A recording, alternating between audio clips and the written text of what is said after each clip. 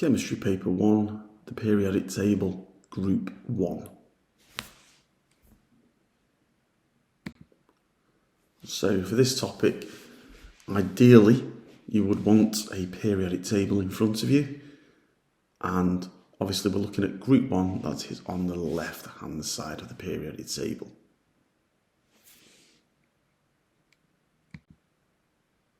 So our knowledge focuses just on group 1 for this question. So what is your knowledge already? Pause. See what you remember.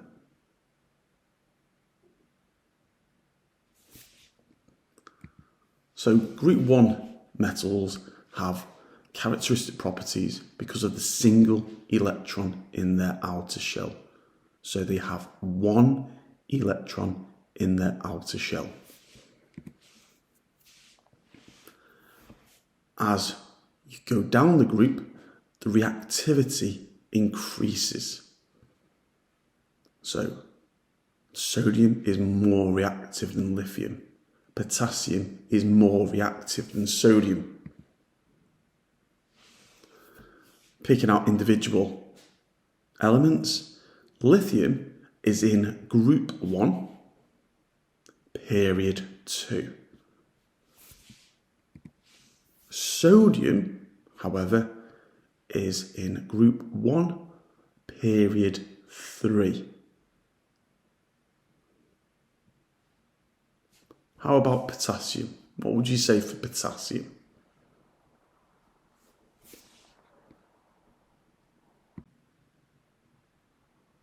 So here we have two electronic structures of elements within group 1. We've got lithium and we have got sodium. As you can see, lithium has 2 electrons in its first shell and then 1 in its outer shell. Okay, it has 2 energy levels. Sodium, however, has 2 in its first, then we have 8, and then we have 1 in its outer shell. But this tells us that sodium has got 3 energy shells. This means, therefore, that this outer electron is further away from the nucleus. So there'll be less attraction between this outer electron and the nucleus. Remember, the nucleus has a positive charge, the electron has a negative charge. What you could also say about sodium is that there is more shielding of the nucleus because we have got the 3 energy shells, whereas lithium has only the 2.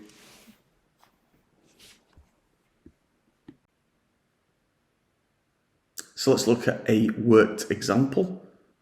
The focus of this question is on sodium and potassium. I've provided part of my periodic table here for you. We can also see that this is a 4-mark question, so I would want 4 concise bullet points. My focus will be on sodium, so I'll start with sodium has fewer, remember those ER words for comparison, energy shells. Point number 2, therefore, the outer or the valence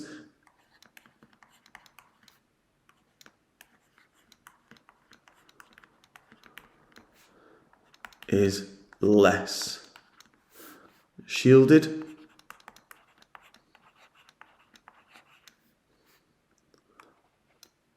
Point number 3, there is a greater, There's another ER word. There is a greater attraction between the outer electron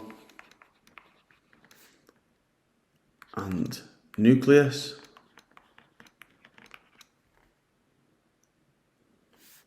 and for the electron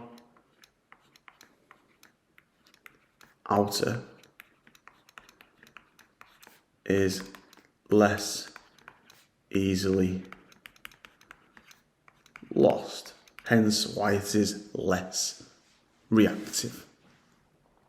Check this answer against the GCSE mark scheme. You could have talked about potassium. I focused on sodium. Sodium has fewer energy shells or levels. A mark given for shielding, which I talked about. Mark given for talking about attraction, those ER words being really important. And a mark given for the outer electron is less easily lost. Look at point 2. It has underlined outer. You have to talk about outer electrons when talking about the reactivity of group 1 metals.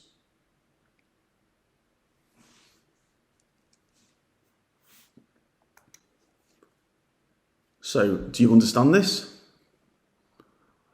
Time for another question. This one, the focus is on cesium and on sodium. Have you got a periodic table in front of you? It tells us that we've got to talk about electrons.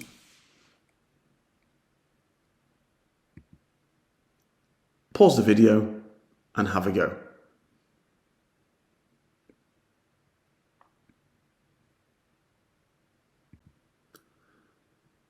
Here's the GCSE mark scheme, very similar to the question before. This time it's talking about cesium for point 3 having a weaker attraction. But for questions like this, you can allow the converse. So you can talk about the other element. So you could say that sodium has a stronger attraction between the nucleus and outer shell. How did you do? Did you get 4 out of 4?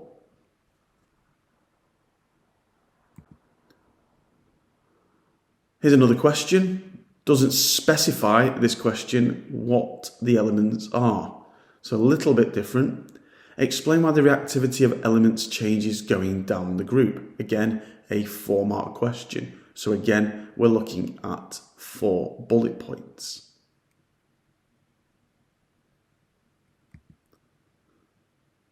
Pause the video, have a go, and then check against the GCSE mark scheme.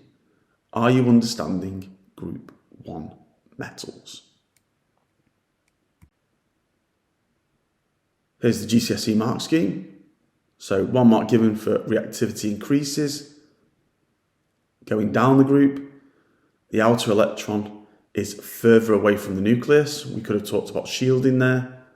There is less attraction further down the group between the nucleus and outer electron. Remember, you have to talk about outer. So the atom loses an electron more easily. How did you do? Did you score 4 out of 4?